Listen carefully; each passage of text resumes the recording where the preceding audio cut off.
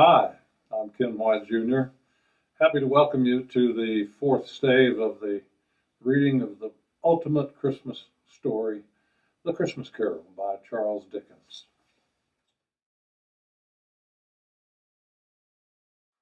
The phantom slowly, gravely, silently approached. When it came near him, Scrooge bent down upon one knee, for in the very air through which the spirit moved seemed to scatter gloom and mystery. It was shrouded in a deep black garment, which concealed its head, its face, its form, and let nothing of it visible save one outstretched hand. But for this, it would have been difficult to detach the figure from the night and separate it from the darkness which it surrounded. He felt that it was tall and stately when it came beside him, and that its mysterious presence filled him with a solemn dread. He knew no more, for the spirit neither spoke nor moved. I am in the presence of the ghost of Christmas yet to come, said Scrooge. The spirit answered not, but pointed onward with its hand. You are about to show me shadows of the things that have not happened but will happen in the time before us, Scrooge pursued. Is that so, Spirit? The upper portion of the garment contracted for just an instant in its folds, as if the spirit had inclined its head. That was the only answer he received. Although well used to ghostly company by this time, Scrooge feared the silent shape so much that his legs trembled beneath him, and he found that he could hardly stand when he prepared to follow it. The spirit paused a moment, as observing his condition and giving him time to recover. But Scrooge was all the worse for this.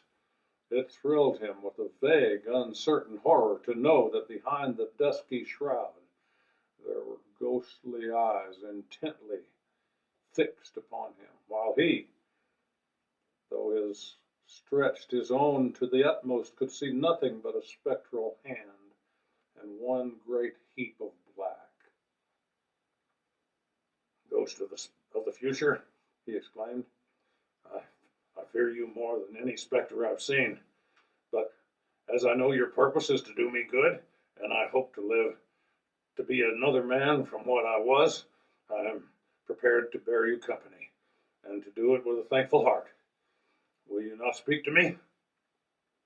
It gave him no reply. The hand was pointed straight before them. Lead on, said Scrooge, lead on. The night is waning fast, and it is precious time to me, I know. Lead on, spirit.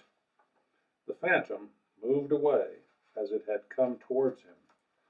Scrooge followed in the shadow of its dress, which bore him up, he thought, and carried him along. They scarcely seemed to enter the city, for the city rather seemed to just spring up about them and encompass them with its own act. But there were, in the heart of it, on change among the merchants, who hurried up and down and clinked the money in their pockets and conversed in groups and looked at their watches and trifled thoughtfully with their great gold seals, and so forth, as Scrooge had seen them often. The spirit stopped beside one little knot of businessmen, observing that the hand was pointing to them. Scrooge advanced to their talk. No, said a great fat man with a monstrous chin. I don't know much about it. Either way, I only know he's dead. What did he die from? Inquired another. Last night, I believe. Why, what was the matter with him? Asked the third. A vast quantity of snuff out of a very large snuff box. I thought he'd never die. God knows, said the first, with a yawn. "What has he done with his money?" asked a red-faced gentleman with a pendulous excrescence at the end of his nose that shook like the gills of a turkey-cock. "Why, absurd," said the man with a large chin, yawning again. "Left it to his company, perhaps. He hasn't left it to me, that's all I know." This pleasantry received a general laugh. "Well, it's likely to be a cheap funeral," said the same speaker, "for upon my life I don't know if anybody will go to it. Suppose we make up a party and volunteer." "I don't mind going if the lunch is provided," observed a gentleman with the excrements on his nose. "But I must be fed if I make one." Another laugh. "Well, I'm the most disinterested among you after all," said the first speaker, "for I never wear black gloves, I never lunch, but I'll offer to go if anyone else will. When I come to think of it, I'm not at all sure that I wasn't the most particular friend, for we used to stop and speak whenever we met, by. Speakers and listeners strolled away and mixed with the other groups.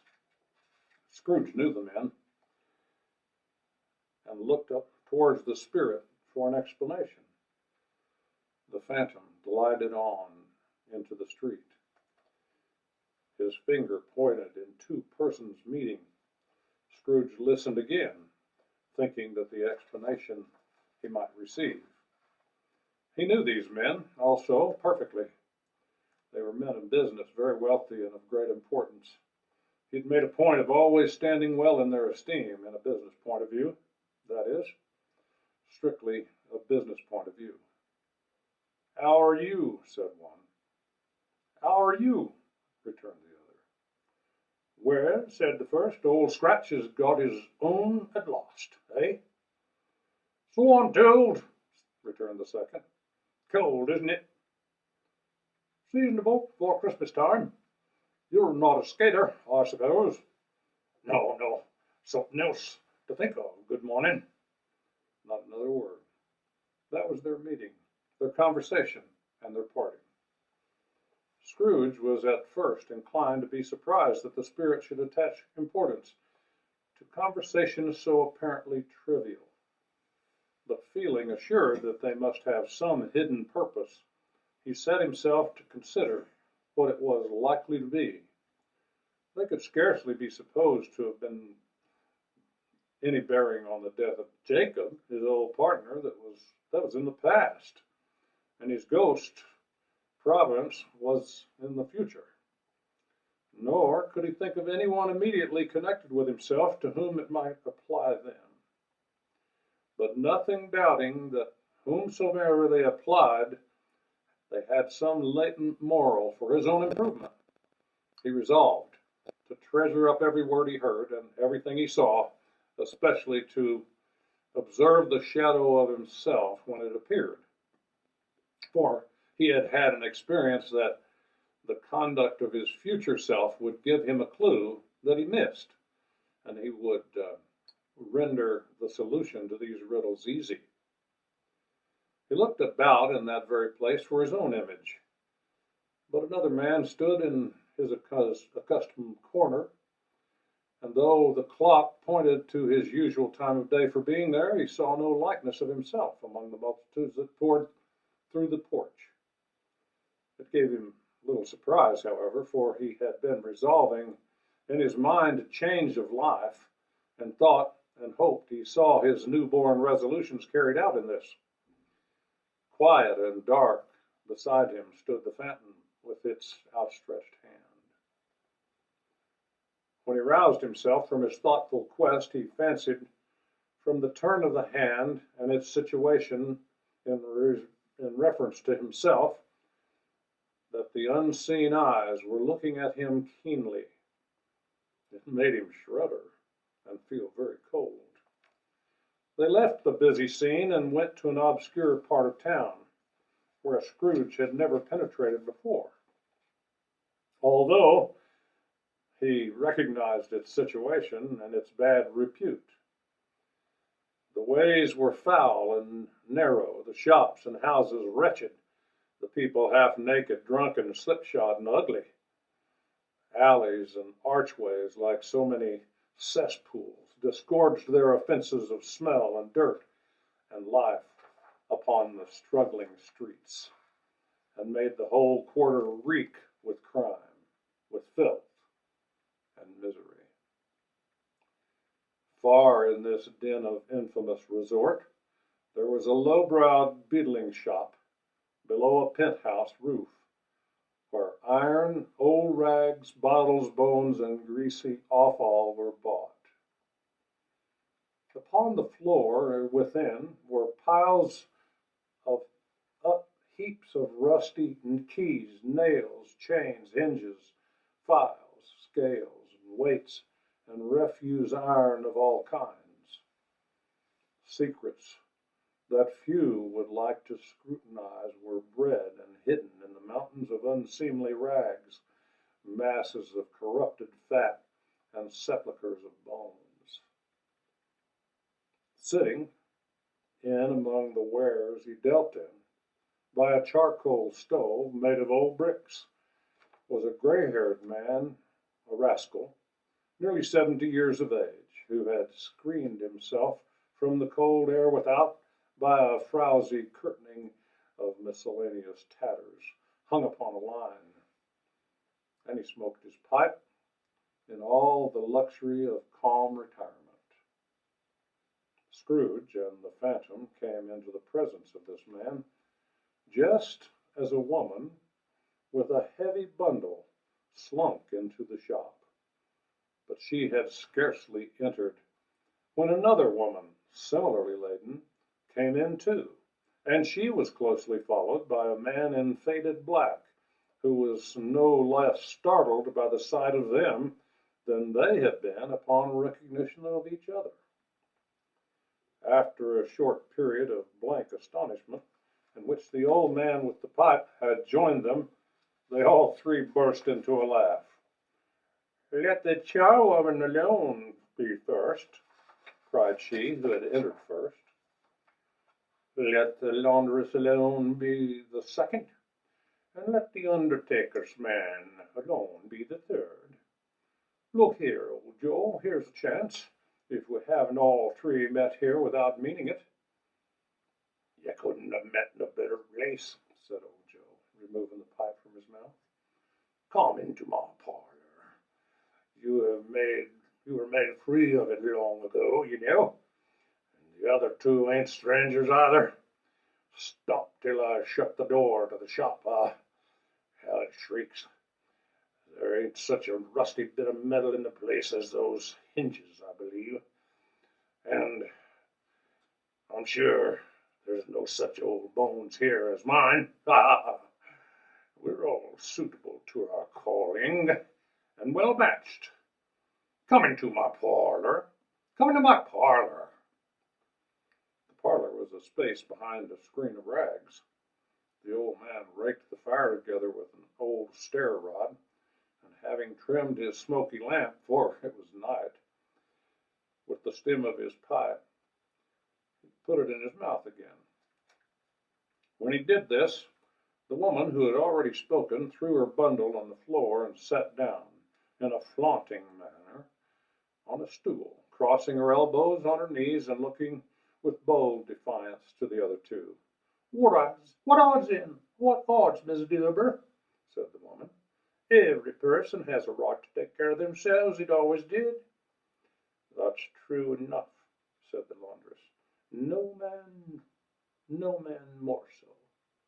"Why, then, don't stand there as if you was afraid, woman. Who's the wiser? We're not going to pick holes in each other's coats, I suppose."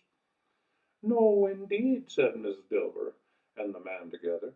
"We should hope not." "Very well, then," cried the woman. "That's enough. Who's the worse for a loss of a few things like these? Not a dead man, I suppose." "No, indeed," said Miss Dilber, laughing. "If he wanted to keep him after he was dead, the wicked old screw," pursued the woman, "why wasn't it natural in his lifetime? If he had been, He'd have someone to look after him when he was struck with death instead of lying, gasping at his last out there by himself. It's the truest word that was ever spoke, said Miss Dilmer. It's a judgment on him. I wish there was a little heavier judgment, replied the woman, and it should have been, you may depend on it. I could have laid my hands on anything else. Open that bundle, old Joe, and let me know the value of it. Speak out plain, I'm not afraid to be first, or afraid to let them see it. We knew pretty well that we were helping ourselves before we met here, I believe. It's no sin. Open the bundle, Joe. But the gallantry of her friends would not allow this. The man in the faded black, mounting the breech first, produced his plunder. It was not expensive or extensive. A seal or two, a pencil case, a pair of sleeve buttons, and a brooch of no great value were all. They were severally examined and appraised by old Joe, who chalked the sums he was disposed to give for each upon the wall, added them up to a total, and he found that there was nothing more to come. That's your account, said Joe, and I wouldn't give another sixpence if I was boiled for not doing it. Who's next? Miss Delbert was next. Sheets and towels, a little wearing apparel, 2 old-fashioned silver spoons, a pair of sugar tongs, and a few boots. Her account was stated on the wall in the same manner. Always give too much to the ladies. It's a weakness of mine, and that's the way I ruin myself, said old Joe. That's your account. If you asked me for another penny and made it an open question, I'd repent of being so liberal and knock off half a crown. And now to my bundle, Joe, said the first woman. Joe bent down on his knees for a greater convenience of opening it, and having unfastened a great many knots, dragged out a large and heavy roll of some dark stuff. What do you call this? Said Joe. Bed curtains. Ah, returned the woman, laughing and leaning forward on her crossed arms. Bed curtains. You don't mean you took 'em down, rings and all, with him lying there, said Joe. Yes, I do, replied the woman. Why not? You were born to make your fortune, said Joe, and you'll certainly do it. I certainly shan't hold my hand when I can get anything in it by reaching it out, for the sake of such a man as he was. I promise you, Joe, she returned coolly. Don't drop oil on those blankets now. His blankets? Asked Joe. Who else's do you think? Replied the woman. He isn't likely to take cold without 'em, I dare say. I hope he didn't die of anything catching. Eh? Said old Joe, stopping in his work and looking up. Don't you be afraid of that, returned the woman. I ain't so fond of his company that I'd loiter about him for such things if he did. You look through that shirt till your eyes ache. You won't find a hole in it, or a threadbare place. It's the best he had, and a fine one, too. They'd have wasted it if it hadn't been for me. What do you call wasting it? Asked old Joe. Putting it on him when he was to be buried in it, for sure, replied the woman with a laugh. Somebody was fool enough to do it, but I took it off again. If calico ain't good enough for such a purpose, isn't good enough for anything. It's quite becoming to the body. It can't look uglier than it did with that one. Scrooge listened to this dialogue with horror, as they sat grouped about their spoil, in the scanty light afforded by the old man's lamp. He viewed them with detestation and disgust, which could hardly have been greater, though they had been obscene demons marketing the corpse itself. Ha ha! Laughed the same woman when old Joe, producing a flannel bag with money in it, told out their several gains upon the ground. This is the end of it, you see. He frightened everyone away from him when he was alive, and just profit us when he was dead. Ha ha ha! Spirit, said Scrooge, shuddering from head to foot. I see the case of this unhappy man might have been my own. My life tends that way now. Merciful heavens, what is this? He recoiled in terror, for the scene had changed, and now he almost touched a bed, bare, uncurtained bed, upon which, beneath a ragged sheet, there lay something covered up, which, though it was dumb, announced itself in awful language. The room was very dark, too dark to be observed with any accuracy, though Scrooge glanced around in observance of a secret impulse, anxious to know what kind of room it was. A pale light, rising in the outer air, fell upon the bed, and on it, plundered and bereft, unwatched, unwept, uncared for, was the body of a man. Scrooge glanced toward the phantom. Its steady hand was pointing to the head. The cover was so carelessly adjusted that the slightest rising of it, the motion of a finger upon Scrooge's part, would have disclosed the face.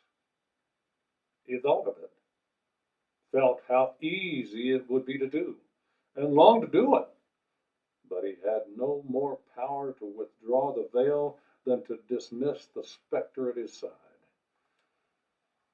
Oh, cold, cold, wretched, dreadful death, set upon thine altar here, and dress it with such terrors as thou hast thy command. For this is thy dominion. But the loved, revered, and honored head, thou canst not turn one hair to any dread purpose, or make one feature odious.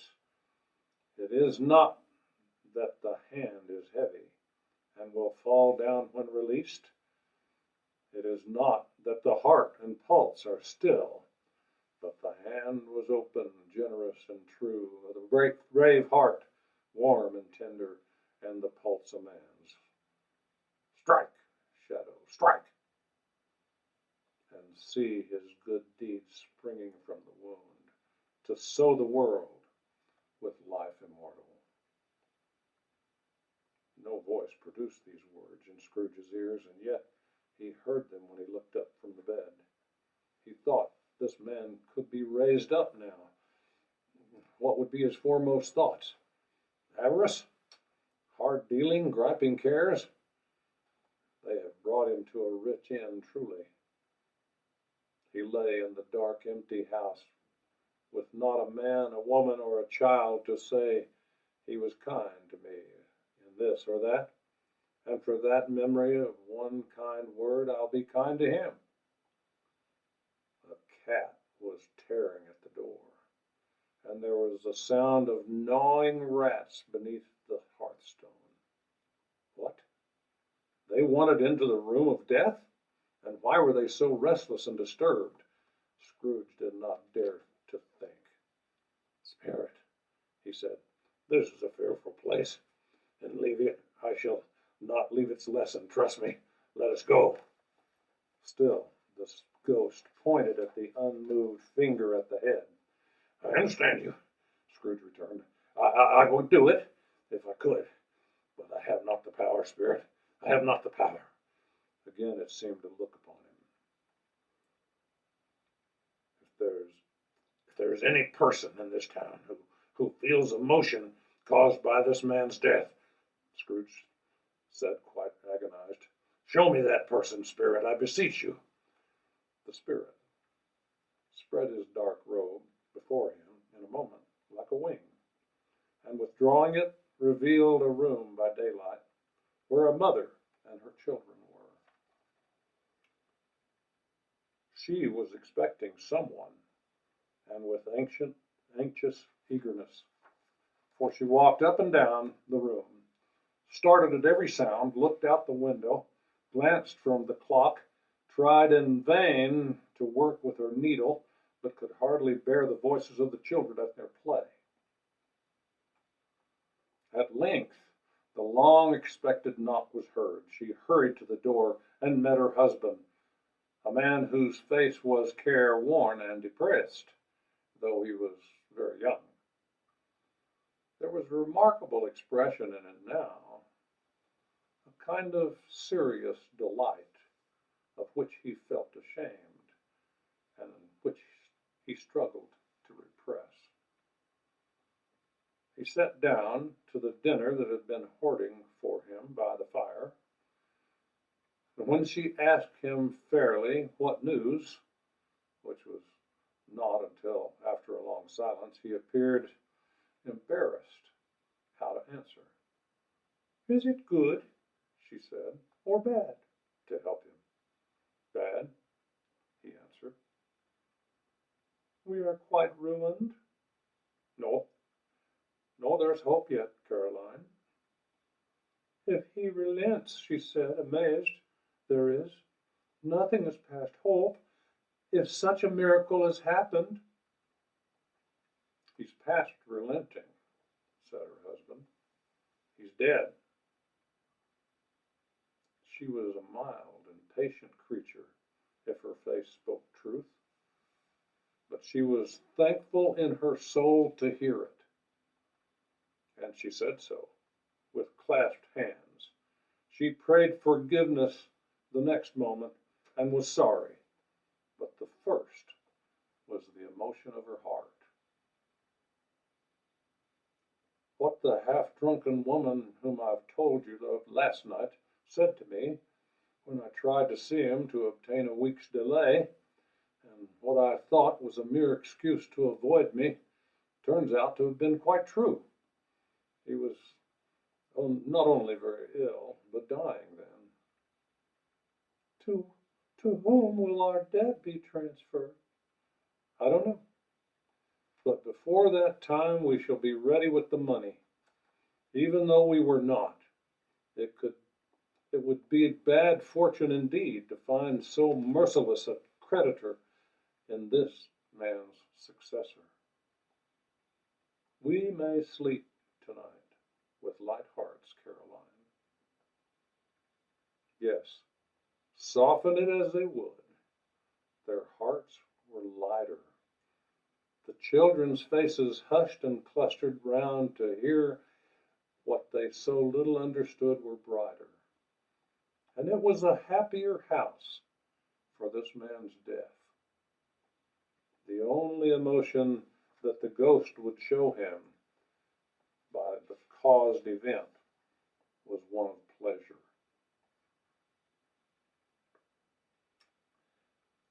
"Let me see some tenderness connected with this death," said Scrooge, or that dark chamber spirit which we left just now will be ever present for me." The ghost conducted him through several streets familiar to his feet, and as they went along, Scrooge looked here and there to find himself, but nowhere was he to be seen. They entered poor Bob Cratchit's house, the dwelling he had visited before, and found the mother and the children seated before the fire. Quiet, very quiet. The noisy little Cratchits were as still as statues in one corner, and sat looking up at Peter, who had a book before him. The mother and her daughters were engaged in sewing, but surely they were very quiet. "And he took a child, and set him in the midst of them." When Scrooge had heard these words, he had not dreamed them. The boy must have read them out, as he and the spirit crossed the threshold. Why did he not go on? The mother laid her work upon the table and put her hand to her face. "The color hurts my eyes," she said. "The color? Ah, poor Tiny Tim." "They're better now again," said Cratchit's wife. "It makes them weak by candlelight, and I wouldn't show weak eyes to your father when he comes home, for the world. It must be near his time." "Past it, rather," Peter answered, shutting up his book. "But I think he has walked a little slower than he used to these last few evenings, Mother." They were very quiet again. At last she said, in a steady, cheerful voice that only faltered once, "I've known him to walk with Tiny Tim upon his shoulder, very fast indeed." "So have I," cried Peter, "often." "And so have I," exclaimed another. So had all. "But he was very light to carry," she resumed, intent upon her work, "and his father loved him so, that it was no trouble, no trouble. And there's your father now at the door." She hurried to meet him, and little Bob, in his comforter, he had need of it, poor fellow, came in. His tea was ready for him on the hob, and they all tried who should help him to it most. Then the two Cratchits got upon his knees and laid each child a little cheek against his face, and they said, "Don't mind it, Father, don't be grieved." Bob was very cheerful with them. He spoke pleasantly to all the family. He looked at the work upon the table and praised the industry and speed of Mrs. Cratchit and the girls. They would be done long before Sunday, he said. "Sunday? You went today, then, Robert?" said his wife. "Yes, my dear," returned Bob. "I wish you could have gone. It would have done you good to see how green a place it is on a Sunday. But you'll see it often. I promised him that I would walk there." "My little child," cried Bob. "My little child." He broke down all at once. He couldn't help it. If he could have helped it, he and his child would have been farther apart than they were. He left the room and went up the stairs to the room above, which was lighted cheerfully and hung with Christmas. There was a chair set close beside the child, and there were signs of someone having been there lately. Poor Bob set it down, and when he had thought a little and composed himself, he kissed the little face. He was reconciled to what had happened and went down again quite happy. They drew about the fire and talked, the girls and mother working still. Bob told them of extraordinary kindness of Mr. Scrooge's nephew, whom he had scarcely seen but once, and who, meeting him in the street that day, and seeing that he looked a little just down, said Bob, inquired what had happened to distress him. "On which," said Bob, for he is the pleasantest spoken gentleman you ever heard, I told him. "I'm heartily sorry for it, Mr. Cratchit," he said, "and heartily sorry for your good wife. By the by, how he ever knew that, I don't know." "Knew what, my dear?" "Why, that you were a good wife," replied Bob. "Everyone knows that," said Peter. "Very well observed, my boy," said Bob. "I hope they do. Heavenly, heartily sorry," he said, "for your good wife. If I can be of service to you in any way," he said, giving me his card, "that's where I live. Pray, come to me." "Now it wasn't," cried Bob, "for the sake of anything he might have been able to do for us so much as for the kind way that this was quite delightful, and it really seemed as if he had known Tiny Tim and felt with us." "I'm sure he was a good soul," said Mrs. Cratchit. "You would be sure of it today, my dear. If you saw and spoke to him, I shouldn't be at all surprised, mark what I say, if he got Peter a better situation." "Only hear that, Peter," said Mrs. Cratchit. "And then," cried one of the girls, Peter will be keeping company with someone setting up for himself. Get along with you, retorted Peter, grinning. It's just as likely as not, said Bob. One of these days, there's plenty of time for that, my dear. But however and whenever we part from one another, I'm sure we shall none of us forget Tiny Tim, shall we? For this first parting that was there to share among us. Never, father, cried they all. And I know, said Bob, I know, my dears, that when we recollect how patient and how mild he was, although he was a little child, we shall not quarrel easy among ourselves, and forget poor Tiny Tim in doing it. No, never, father, they all cried again. I am very happy, said little Bob. I'm very happy. Mrs. Cratchit kissed him. His daughters kissed him. The two young Cratchits kissed him. And then Peter and himself shook hands. Spirit of Tiny Tim, thy childish essence was from God. Spectre, said Scrooge, something informs me that our parting moment is at hand. I know it, but I know not how. Tell me what man that was whom we saw lying dead. The ghost of Christmas yet to come conveyed him as before, though at a different time, he thought. Indeed, there seemed no order to these later visions, save they were in the future, in the resorts of the business of men, but showed him not himself. Indeed, the spirit did not say anything, but went straight on, as if to the end just now desired, until besought by Scrooge to tarry a moment. This court, said Scrooge, through which we hurry now, is where my place of occupation is, and has been for a length of time. I see the house.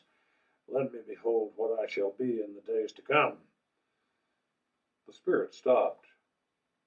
The hand pointed elsewhere. The house is yonder, said Scrooge. Why do you point away? The inexorable finger underwent no change. Scrooge hastened to the window of his office and looked in. It was an office still, but not his. The furniture was not the same. The figure in the chair was not himself. The phantom pointed as before. He joined it once again, and wondering why and whither he had gone, accompanied it until they reached an iron gate. He paused to look round before entering. A churchyard? Here then, the wretched man whose name he had now to learn lay underneath the ground, but was a worthy place, walled in by houses overrun by grass and weeds, the growth of vegetation's death, not life, choked up with too much burying, fat with replete appetite. A worthy place. The spirit stood among the graves and pointed down to one. He advanced toward it trembling. The phantom was exactly as it had been, but he dreaded that he saw a new meaning in its solemn shape. Before I draw nearer to that stone to which you point, said Scrooge, answer me one question. Are these shadows of the things that will be, or are they shadows that may be only?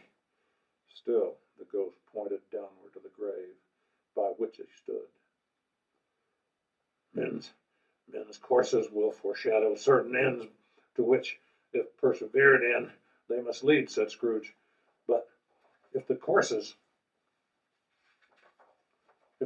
be departed from, the ends will change. Say it is thus, with what you show me. The spirit was immovable as ever. Scrooge crept toward it, trembling as he went, and following the finger, read upon the stone of the neglected grave his own name, Ebenezer Scrooge. Am I that man that lay upon the bed? He cried, upon his knees. The finger pointed to the grave and him, and back again. No, Spirit. Oh, no, no. The finger was still there. Spirit, he cried, clutching at his robe. Hear me. I am not the man I was. I will not be the man I must have been before this intercourse. Why show me this? If I am past all hope. For the first time the hand appeared to shake. Good Spirit, he pursued.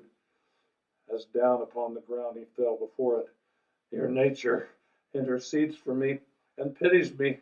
Assure me that I may change these shadows you have shown me by an altered life.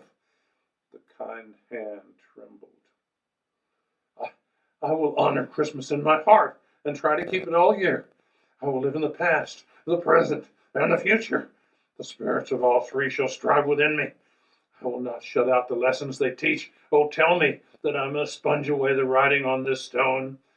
His agony caught the spectral hand, and it sought to free itself. But he was strong in his entreaty, and detained it. The spirit, stronger still, repulsed him.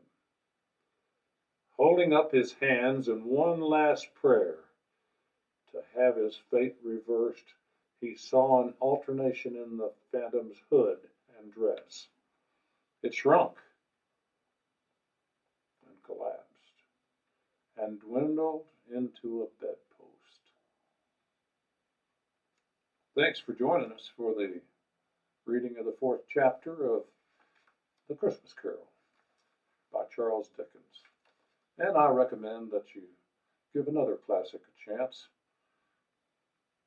Stella, the Star of Bethlehem. Thank you.